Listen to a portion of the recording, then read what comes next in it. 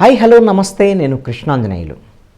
ఆంధ్రప్రదేశ్ ప్రభుత్వం ఆరోగ్యశ్రీ సేవల నుంచి తప్పుకోబోతుందా?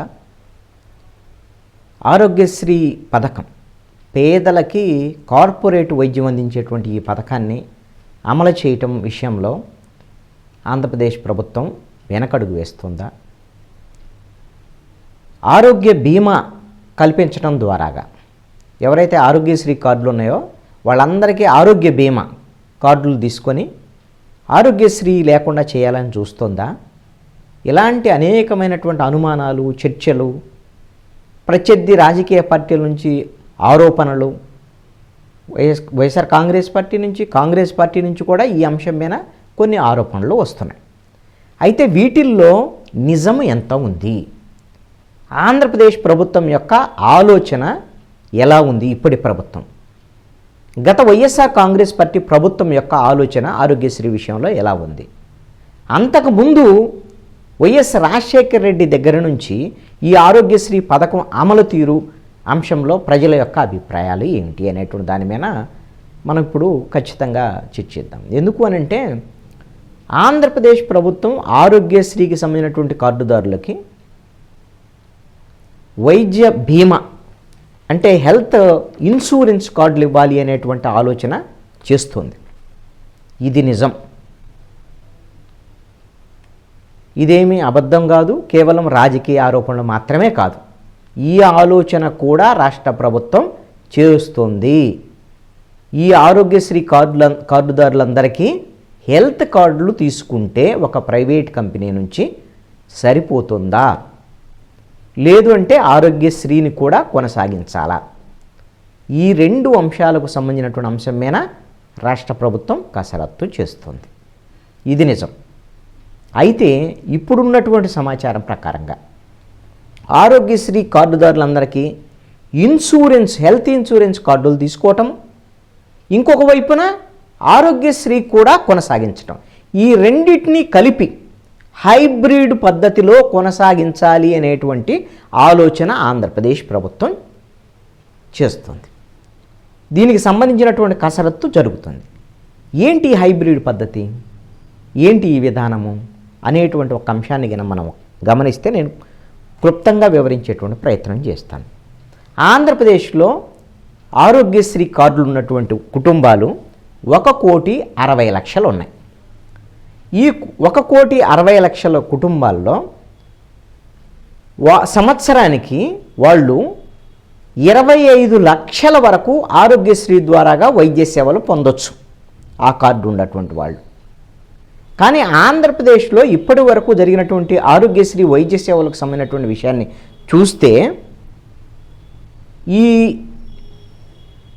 1,60,00,000 మందిలో అందరికీ అనారోగ్య సమస్యలు రావు కదా. అనారోగ్య సమస్య వచ్చి అది కూడా తీవ్రమైనటువంటిది కార్పొరేట్ ఆసుపత్రికి వెళ్ళి వైద్యం చేయించుకున్నది అయితే మాత్రం వైద్యం చేయించుకుంటారు, అప్పుడు ఆరోగ్యశ్రీ వర్తిస్తుంది. అలాగా ఒక సంవత్సరంలో ఆరోగ్యశ్రీ ద్వారాగా సేవలు పొందేటువంటి వాళ్ళు 2.5 లక్షల లోపు ఒక సంవత్సరానికి వైద్య సేవలు పొందేటువంటి వాళ్ళు 1,60,00,000 కార్డుదారుల్లో 97% మంది ఉన్నారు. సంవత్సరానికి 2.5 లక్షల లోపు వైద్యం పొందేటువంటి వాళ్ళు ఆరోగ్యశ్రీ ద్వారాగా 97% మంది ఉన్నారు. మిగతా ఒక 3% మాత్రము 2.5 లక్షల నుంచి 5 లక్షల లోపు వార్షిక ఆరోగ్యశ్రీ పరిమితి 5 లక్షల వరకు పొందేవాళ్ళు 3% వరకే ఉన్నారు. కానీ ఆంధ్రప్రదేశ్లో 25 లక్షల వరకు కార్పొరేట్ ఆసుపత్రుల్లో వైద్య సేవలు పొందేదానికి అవకాశం ఉంటుంది. ఎవరికి అవయవ మార్పిడికి సంబంధించినటువంటి వాళ్ళు, ప్రాణాపాయ స్థితిలో ఉండి ఎవరైనా అవయవాల కిడ్నీలు, ఏదైనా యాక్సిడెంట్ అయినటువంటి వాళ్ళకి సంబంధించినటువంటి హార్ట్, లివర్ ఇలాంటివన్నీ తీసుకొచ్చి అప్పుడప్పుడుగా అమర్చేటువంటి ఇలాంటి ఆపరేషన్లకు సంబంధించినటువంటి వాళ్ళకే 25 లక్షల వరకు అయ్యేదానికి, వాళ్ళకు కూడా 25 లక్షలు కావట, వాళ్ళకు కూడా 15 నుంచి 20 లక్షల లోపే అవుతాయట. అదేవిధంగా క్యాన్సర్ రోగులు అయితే 15 లక్షల వరకు అయ్యేదానికి అవకాశం ఉందట. అంతే తప్ప మ్యాక్సిమం 97% మంది 2.5 లక్షలకి మించి ఒక సంవత్సరంలో వాళ్ళు ఒక కుటుంబంలో వాళ్ళు అలా వైద్య సేవలు పొందేటువంటి వాళ్ళు లేరు అని. అందుకనే ఆంధ్రప్రదేశ్ ప్రభుత్వం ఏం భావిస్తుంది అంటే ఈ కార్డుదారులందరికీ 1,60,00,000 ఆరోగ్యశ్రీ కార్డుదారులందరికీ ఒక ఇన్సూరెన్స్ కంపెనీ దగ్గర నుంచి ఇన్సూరెన్స్ కార్డులు తీసుకుంటుంది. దానికోసం సంవత్సరానికి 1,700 నుంచి 2,000 రూపాయలు కడుతుంది ఆ ఇన్సూరెన్స్ కంపెనీకి. ఆ విధంగా ఆంధ్రప్రదేశ్ ప్రభుత్వం 3,000 కోట్ల రూపాయలు ఈ ఆరోగ్యశ్రీ కార్డుదారులు కట్టింది. వాళ్ళకి ఏమన్నా అనారోగ్యం సమస్య వచ్చిందనుకోండి, కార్పొరేట్ ఆసుపత్రికి వెళ్ళారనుకోండి, వాళ్ళకి 2.5 లక్షల లోపు అయితే ఈ హెల్త్ కార్డు ద్వారాగా, ఇన్సూరెన్స్ కార్డు ద్వారాగా వాళ్ళు వైద్యం పొందవచ్చు. ఇక ఇబ్బంది లేదు. ఒకవేళ 2.5 లక్షల పైన అయిందనుకోండి, ఆ పైన ఎంత అయితే అంత ఆరోగ్యశ్రీ ట్రస్ట్ భరిస్తుంది. ఇది 2 మిక్స్డ్ అనమాట. దీన్నే హైబ్రిడ్ విధానం అంటారు. ఒకవైపున ఇన్సూరెన్స్ కార్డు పనిచేస్తుంది. ఇన్సూరెన్స్ కార్డు కన్నా 2.5 లక్షలే పరిమితి వాళ్ళకి. ఆ ఇన్సూరెన్స్ కార్డుకి, ఒక కార్డుకి ఒక సంవత్సరానికి 2.5 లక్షలే చేసుకోవాలి. ఇంకా తర్వాత చేసుకోవడానికి లేదు. అదనంగా ఖర్చు అయిందనుకోండి, వాళ్ళని వదిలేదు ప్రభుత్వం. ఇప్పుడున్నటువంటి హైబ్రిడ్ పద్ధతిలో వీళ్ళు ఆలోచన చేస్తుంది. ఆరోగ్యశ్రీ ట్రస్టు ఆ ఖర్చును భరేస్తుంది. అంటే పూర్తిగా ఆరోగ్యశ్రీని ఎత్తివేసే ఆలోచన అయితే చేయటంలో ఇప్పుడు వరకు ఉన్నటువంటి ఆలోచన మాత్రం ఇది. రెండింటినీ కొనసాగించాలనేటువంటిది ఒక ఆలోచన చేస్తుంది. అయితే ఈ పద్ధతిలో ఏ రాష్ట్రాల్లో అన్నా ఉన్నాయా అని అంటే, మహారాష్ట్రలో ఇదే తరహాలో అందరికీ, పేదలందరికీ కూడా హెల్త్ కార్డ్స్, ఇన్సూరెన్స్ కార్డ్స్ ఉంటాయి. గవర్నమెంటే కట్టింది. దాంట్లో 1,50,000 వరకు ఆ కార్డులు పనిచేస్తాయి. ఆ కార్డు ద్వారాగా వైద్యం పొందొచ్చు. ఒకవేళ 1,50,000 కన్నా ఎక్కువైంది అనుకోండి, 6 లక్షల వరకు అక్కడ ప్రభుత్వం భరిస్తుంది ఆరోగ్యశ్రీ ట్రస్ట్. అది వాళ్ళ దగ్గర ఉన్నటువంటిది ఈ హైబ్రిడ్ విధానంలో. అదేవిధంగా ఈ హైబ్రిడ్ విధానంలో మహారాష్ట్రతో పాటు గుజరాత్, జార్ఖండ్లో కూడా ఇదే తరహా హైబ్రిడ్ విధానం కొనసాగుతుంది. హైబ్రిడ్ 2 ఉంటాయి. ఇన్సూరెన్స్ ఉంటుంది, ఆరోగ్యశ్రీ ఉంటుంది. ఇన్సూరెన్స్ ఏమో మన దగ్గర 2.5 లక్షల వరకు పెట్టాలనుకున్నది ఇన్సూరెన్స్, దాటితే ఆరోగ్యశ్రీ ఇచ్చేటువంటి విధంగా. ఇక ఓన్లీ ఆరోగ్యశ్రీ వరకే, ఇక ఇన్సూరెన్స్ లేదు, ఏం లేదనుకున్నది ఏపీలో వైఎస్ రాజశేఖర రెడ్డి ప్రభుత్వం 2004 నుంచి ఇప్పటి వరకు కూడా ఏపీలో ఆరోగ్యశ్రీ ద్వారాగా సేవలు అందిస్తున్నటువంటి పరిస్థితి. ఇంక ఇన్సూరెన్స్ లేదు, ఏం లేదు ఇప్పటి వరకు. ఇప్పుడు ప్రభుత్వం తెలుగుదేశం, జనసేన, బీజేపీ కూటమి ఆలోచన చేస్తుంది. ఏపీతో పాటుగా ఉత్తరప్రదేశ్, కేరళ, హర్యానా, బీహార్ ఈ రాష్ట్రాల్లో ఓన్లీ ఆరోగ్యశ్రీ ద్వారాగానే, ట్రస్ట్ ద్వారాగా మాత్రమే నడుస్తున్నటువంటి పరిస్థితి ఉంది. మరి ఇప్పుడు ఉన్నటువంటి ఈ పరిస్థితుల్లో ఆంధ్రప్రదేశ్ ప్రభుత్వం గిన ఈ ఇన్సూరెన్స్ పథకం వైపు గిన ఆలోచన చేస్తే ఈ ప్రభుత్వం మీద వ్యతిరేకత వస్తుందా రాదా అనేటువంటి అంశం. ఇది ఉపయోగం అవుతుందా లేదని ప్రభుత్వం చెప్తుంది. ఉపయోగం గురించి మేము ఏమీ ఆరోగ్యశ్రీ బాధ్యతల నుంచి తప్పుకోవట్లేదు కదా. ఇన్సూరెన్స్ చేస్తున్నాము, 2.5 లక్షల వరకు ఇన్సూరెన్స్ పొందుతారు. తర్వాత ఏదైనా అదనమైతే ఆరోగ్యశ్రీ సేవలు అందిస్తాం కదా. మేము ఇన్సూరెన్స్ బాధ్యతల నుంచి, మేము ఆరోగ్యశ్రీ బాధ్యతల నుంచి తప్పుకోవటం లేదు కదా అనేదానికి ప్రభుత్వం అనొచ్చు వాదన.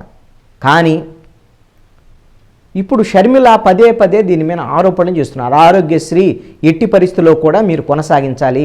కాంగ్రెస్ పార్టీ పిసిసి అధ్యక్షురాలు ఆవిడ. మీరు వైఎస్ రాజశేఖర రెడ్డి దగ్గర నుంచి అమలవుతున్నటువంటిది.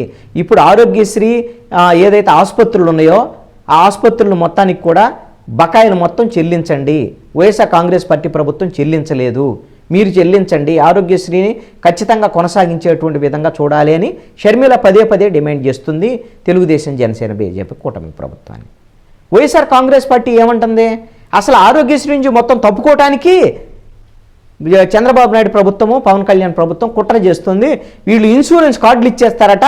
ఇన్సూరెన్స్ కార్డులు ఇచ్చేసి కొన్నాళ్ళు ఇన్సూరెన్స్ కొనసాగిస్తూ అసలు ఆరోగ్యశ్రీని పూర్తిగా నిర్వీర్యం చేస్తారు. కొన్నాళ్ళకి ఆరోగ్యశ్రీ లేకుండా చేసేస్తారు.